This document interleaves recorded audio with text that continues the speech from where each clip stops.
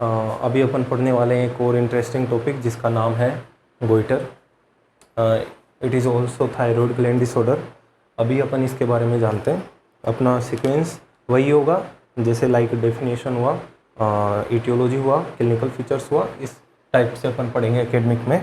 अभी अपन जानते हैं कि गोइटर होता क्या है। गोइटर आप सबको पता है कि थायराइड ग्लैंड का डिसऑर्डर है। जो गोइटर है वो थायराइड ग्लैंड का डिसऑर्डर है। इसके अंदर क्या होता है, एनलार्जमेंट हो जाता है, एनलार्जमेंट ऑफ थायराइड ग्लैंड। आपने अभी तक हाइपरथायरॉयडिज्म, हाइपोथायरॉयडिज्म इन सब के बारे में जाने होंगे। हाइपोथायरॉयडिज्म एंड हाइपरथायरॉयडिज्म एक डिजीज़ है जो उसका अलग नेचर है, लेकिन जो गोइटर है इसके अंदर क्या होता है कि जो थायराइड ग्लैंड है, मान लीजिए ये थायराइड ग्लैंड है, ये थायराइड ग्लैंड है, ये थायराइड ग्लैंड है, मान लीजिए इस थायराइड ग्लैंड का जो स्ट्रक्चर है उसमें क्या हो जाता है, एनलार्जमेंट। मतलब जो स्ट्रक्चर ये थायराइड ग्लैंड थी ये थोड़ी एनलार्ज हो जाएगी, समझ रहे हैं। ये जो स्ट्रक्चर है इसके अंदर क्या हो जाता है, एनलार्जमेंट, इसकी साइज ज़्यादा हो जाती है। इसको अपन क्या बोलते हैं, गोइटर बोलते हैं। आपने देखा होगा कुछ पेशेंट्स हैं जिनके अंदर गला बहुत ज़्यादा अपने को लार्ज दिखाई देता है, जिसको अपन हिंदी में गलगन रोग वगैरह बोलते हैं। तो उस पेशेंट में थायराइड ग्लैंड का स्ट्रक्चर है वो क्या हो जाता है, एनलार्जमेंट हो जाता है। उस कंडीशन को अपन क्या नाम देते हैं, गोइटर नाम देते हैं। अगर अपन बात करें कि इसके कारण क्या हो सकते हैं, ये इंक्रीज हो रही है, इसके क्या कारण हो सकते हैं। अगर अपन बात करें कोजेज की, तो अपन कह सकते हैं कि अगर किसी पेशेंट को हाइपरथायरॉयडिज्म है, तो उस पेशेंट को क्या हो सकता है, गोइटर। अगर किसी पेशेंट को हाइपरथायरॉयडिज्म है तो उस पेशेंट को क्या हो सकता है, गोइटर हो सकता है। दूसरी कंडीशन की अगर मैं बात करूं, अगर मान लीजिए किसी पेशेंट को हाइपोथायरॉयडिज्म भी है, उस पेशेंट को भी क्या हो सकता है, गोइटर। कैसे हो सकता है वो मैं अभी बताऊंगा। दोनों कंडीशन के अंदर गोइटर हो सकता है। मान लीजिए तीसरा कारण अगर अपन देखें, मान लीजिए किसी पेशेंट के अंदर आयोडीन की डेफिशिएंसी है, किसी पेशेंट में डेफिशिएंसी है किसी आयोडीन की। अगर किसी पेशेंट में डेफिशिएंसी है आयोडीन की, उस पेशेंट में भी क्या हो सकता है, गोइटर हो सकता है। नेक्स्ट अपन बात करें, अगर मान लीजिए कुछ पेशेंट्स हैं, कुछ पर्सन्स हैं जो गोइट्रोजन सब्सटेंस यूज करते हैं, यूज ऑफ गोइट्रोजनस सब्सटेंस। अगर कुछ पेशेंट्स हैं जो गोइट्रोजिनस सब्सटेंस यूज कर रहे हैं, लाइक अगर मैं बात करूं गोइट्रोजिनस सब्सटेंस कौन से होते हैं, अगर अपन कह सकते हैं कि carrot, strawberry, these are goitrogenous substance. अगर आप मान लीजिए अगर आप कैरेट ज़्यादा यूज़ करते हैं, आप स्ट्रॉबेरी ज़्यादा यूज़ करते हैं, तो उस कंडीशन में आपको क्या हो सकता है, गोइटर हो सकता है।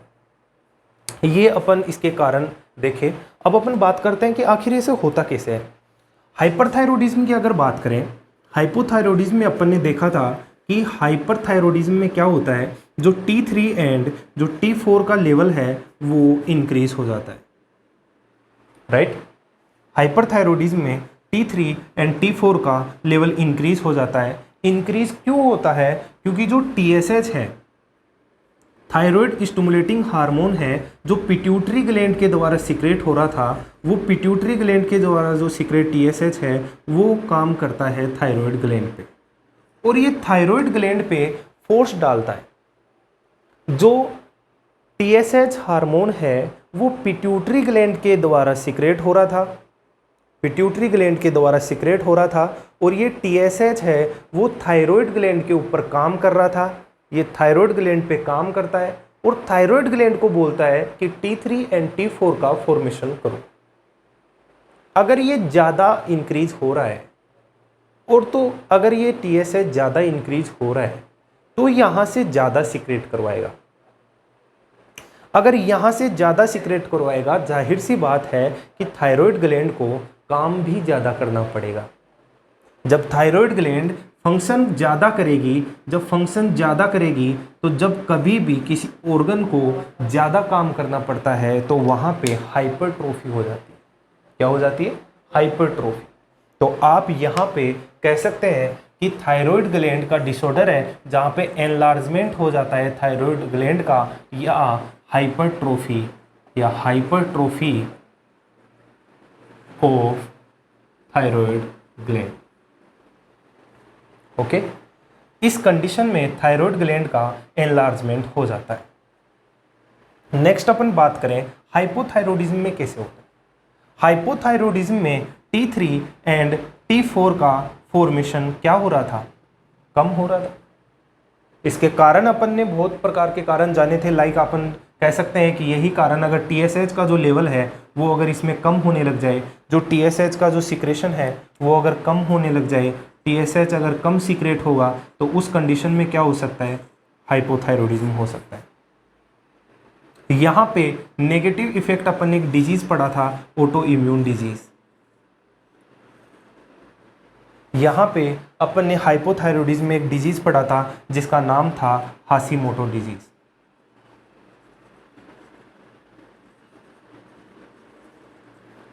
और अपन अगर बात करें कि यहाँ पे हाइपरथायरॉयडिज्म में T3 एंड T4 का लेवल कम हो रहा है, तो यहाँ पे T3 एंड T4 का लेवल जो कम हो रहा है तो ग्लैंड को संदेश, जो ग्लैंड है वहाँ से रिसेप्टर्स जाते हैं ब्रेन में कि यहाँ पे लेवल कम है। ब्रेन से ये जो रिसेप्टर हैं वो ब्रेन में मैसेज लेके जाते हैं, वहाँ पे ब्रेन से पिट्यूटरी ग्लैंड से TSH का सिक्रेशन ज़्यादा होएगा। TSH काम करेगा कहाँ पे? थायराइड ग्लैंड पे। अभी एक बार वापस से यहाँ पे देखना, ये यहाँ पे मैं हाइपोथैलेमस बना रहा हूँ।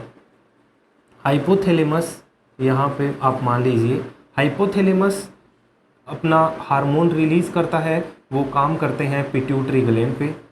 पिट्यूटरी ग्लैंड से जो हार्मोन सीक्रेट होते हैं वो काम करते हैं थायराइड ग्लैंड पे। ठीक है, अगर मैं कहूँ थायराइड ग्लैंड के द्वारा कोई भी हार्मोन सीक्रेट नहीं हो रहा है किसी कारण से, थायराइड हार्मोन जो है वो थायराइड ग्लैंड बनाती है। इन केस थायराइड ग्लैंड के द्वारा कोई भी हार्मोन्स का बनाना फॉर्मेशन नहीं हो पा रहा है, यहाँ से फॉर्मेशन नहीं हो पा रहा है, उस कंडीशन में ये अपना काम करना बंद नहीं करेंगे।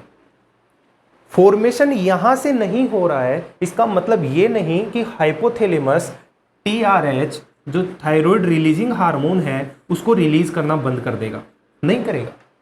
TRH कंटिन्यू यहाँ से सीक्रेट होता रहेगा।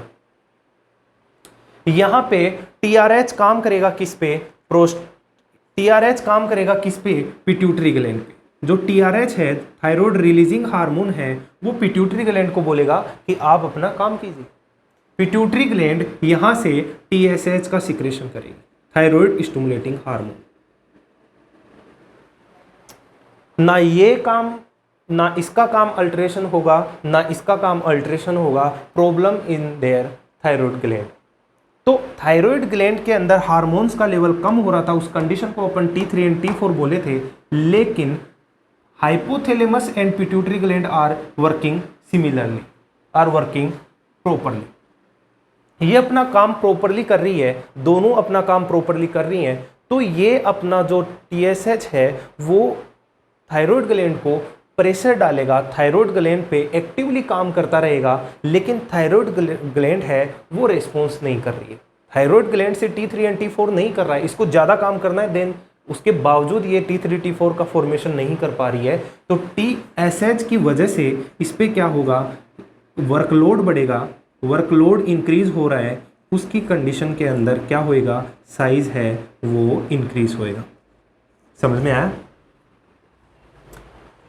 इसकी वजह से अपन कह सकते हैं कि हाइपोथायरॉयडिज्म की वजह से भी क्या हो सकता है? गोइटर हो सकता है।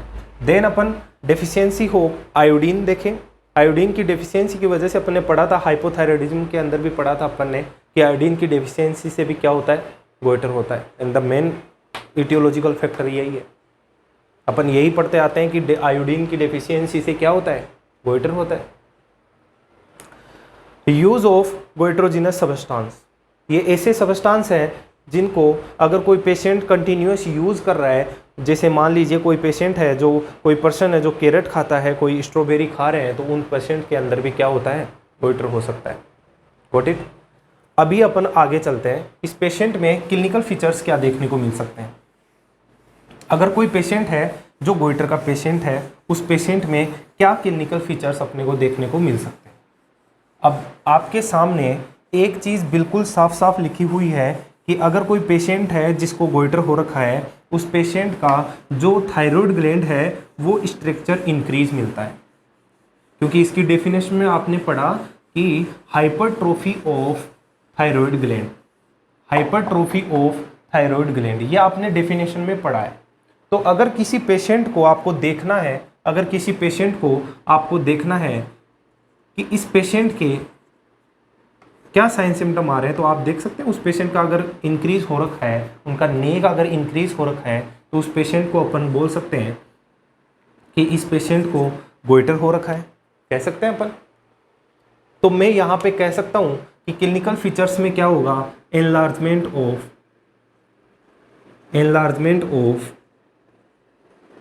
Thyroid gland, enlargement of thyroid gland. अपन उस पेशेंट को कह सकते हैं कि इस पेशेंट में, जो पेशेंट है उसमें थायराइड ग्लैंड का क्या होगा, एनलार्जमेंट होगा।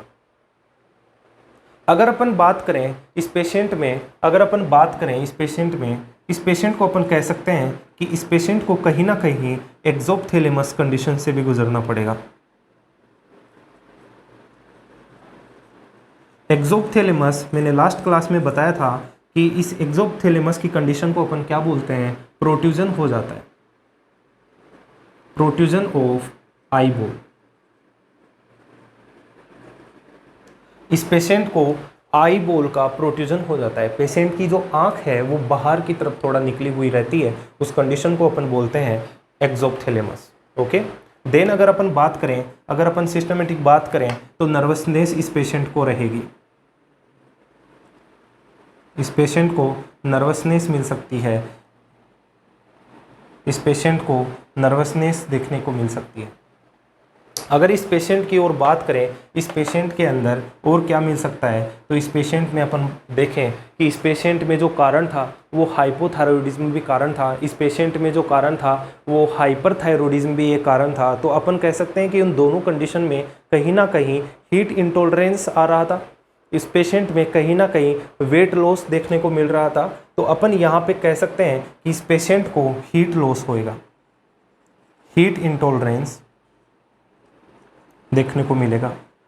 इस पेशेंट को कहीं ना कहीं हीट इंटॉलरेंस का सामना करना पड़ेगा, इस पेशेंट को हीट इंटॉलरेंस का सामना करना पड़ेगा। और अपन कह सकते हैं कि इस पेशेंट में अगर हीट इंटॉलरेंस है तो वेट लॉस भी उस पेशेंट में मिलेगा, वो पेशेंट थोड़ा वेट लॉस का पेशेंट मिलेगा। ये सारी चीज़ें अपन उसमें देख सकते हैं।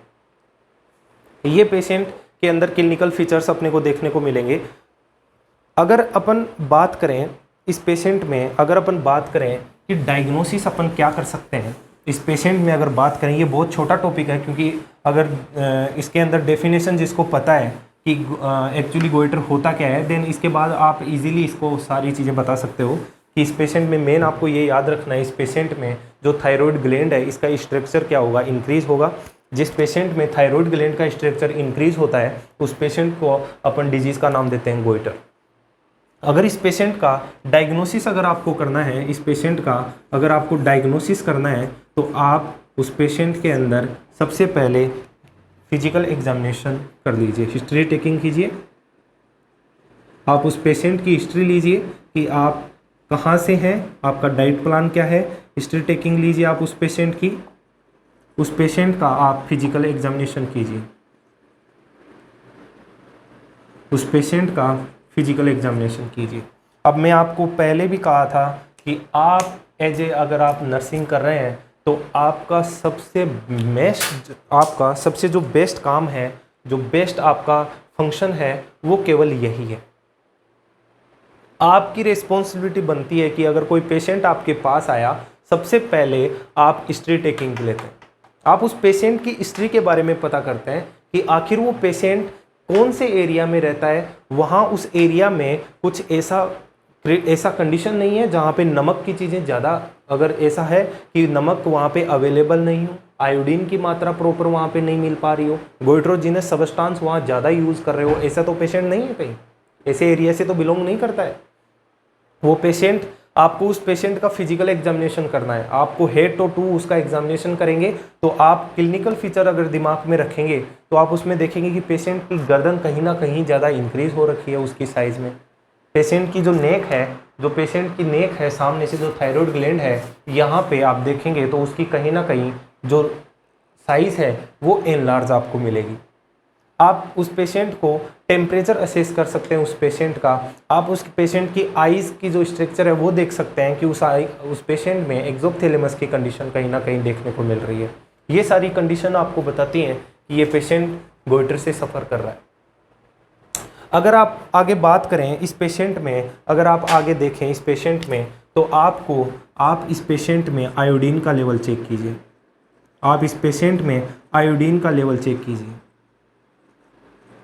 आप इस पेशेंट में आयोडीन का लेवल चेक कीजिए। आयोडीन की लेवल से अपन पता लगा सकते हैं कि इस पेशेंट को गोइटर है या नहीं है। आप इस पेशेंट में TSH का लेवल चेक कीजिए। आप इस पेशेंट में TSH का लेवल चेक करके आप पता लगा सकते हैं कि इस पेशेंट को क्या प्रॉब्लम है। ये सारी चीज़ें अपन कर सकते हैं कि इस पेशेंट में गोइटर की कंडीशन में पता लगाने के लिए। आप उस पेशेंट का हिस्ट्री टेकिंग ले सकते हैं, आप उस पेशेंट का आयोडीन लेवल चेक कर सकते हैं, आप उस पेशेंट का TSH लेवल चेक कर सकते हैं। ये सारी कंडीशन आप गोइटर के अंदर पता लगा सकते हैं। नेक्स्ट अपन अगर बात करें इस पेशेंट की, वो है ट्रीटमेंट। इस पेशेंट का ट्रीटमेंट क्या कर सकते हैं। आपका ट्रीटमेंट नर्सिंग डायग्नोसिस के बाद स्टार्ट होगा। आपने अगर नर्सिंग डायग्नोसिस आपने किया होगा, आपने NC जो नर्सिंग केयर प्लान वगैरह बनाते हैं, आपका नर्सिंग मैनेजमेंट आपको इसमें करना पड़ेगा। नर्सिंग मैनेजमेंट में आप क्या करोगे, उस पेशेंट को बोलोगे आपको आयोडीन युक्त डाइट लेनी है, आपको डाइट में आयोडीन का जो मात्रा है वो कुछ ऐड करना है, उस पेशेंट में आयोडीन की मात्रा ऐड करनी है उस पेशेंट के खाने में। और आप उस पेशेंट को बोल सकते हैं कि आपको अगर हीट इंटॉलरेंस है तो आप धूप में कम से कम जाएं। अगर उस पेशेंट के टेकिपनिया टेकिकार्डिया है क्योंकि उसको हीट इंटॉलरेंस हो रखा है, उस पेशेंट को आप बोलिए कि आप थोड़ा रेस्ट कीजिए, आप छांव में रहिए, आप उसको एडवाइस कर सकते हैं। और अगर अपन बात करें इस पेशेंट के अंदर जिसके गोइटर हो रखा है, उस गोइटर की कंडीशन में क्या होएगा, उसका नेक का जो साइज़ है वो इंक्रीज मिलेगा। तो नेक का साइज़ इंक्रीज है, इसका मतलब कहीं ना कहीं उसका जो न्यूट्रिशन है वो भी अल्टर हो रहा है, क्योंकि उसकी साइज़ में इंक्रीजमेंट है, न्यूट्रिशन कहीं ना कहीं उसका अल्टर हो रखा है। तो अपन उसको प्रॉपर डाइट के लिए एडवाइस करेंगे। ठीक है, आप एज ए नर्स आपकी ये रिस्पॉन्सिबिलिटी बनती है, आप उसको न्यूट्रिशन, प्रॉपर न्यूट्रिशन के लिए आप उसको एडवाइस कर सकते हैं, आप उसको मेडिसिन प्रॉपरली लेने के लिए एडवाइस कर सकते हैं, आप उसको रूटीन चेकअप के लिए एडवाइस कर सकते हैं कि आपको टाइम टू टाइम आके अपना चेकअप करवाना है। तो यहाँ पे अपना जो गोइटर था वो कंप्लीट हुआ है।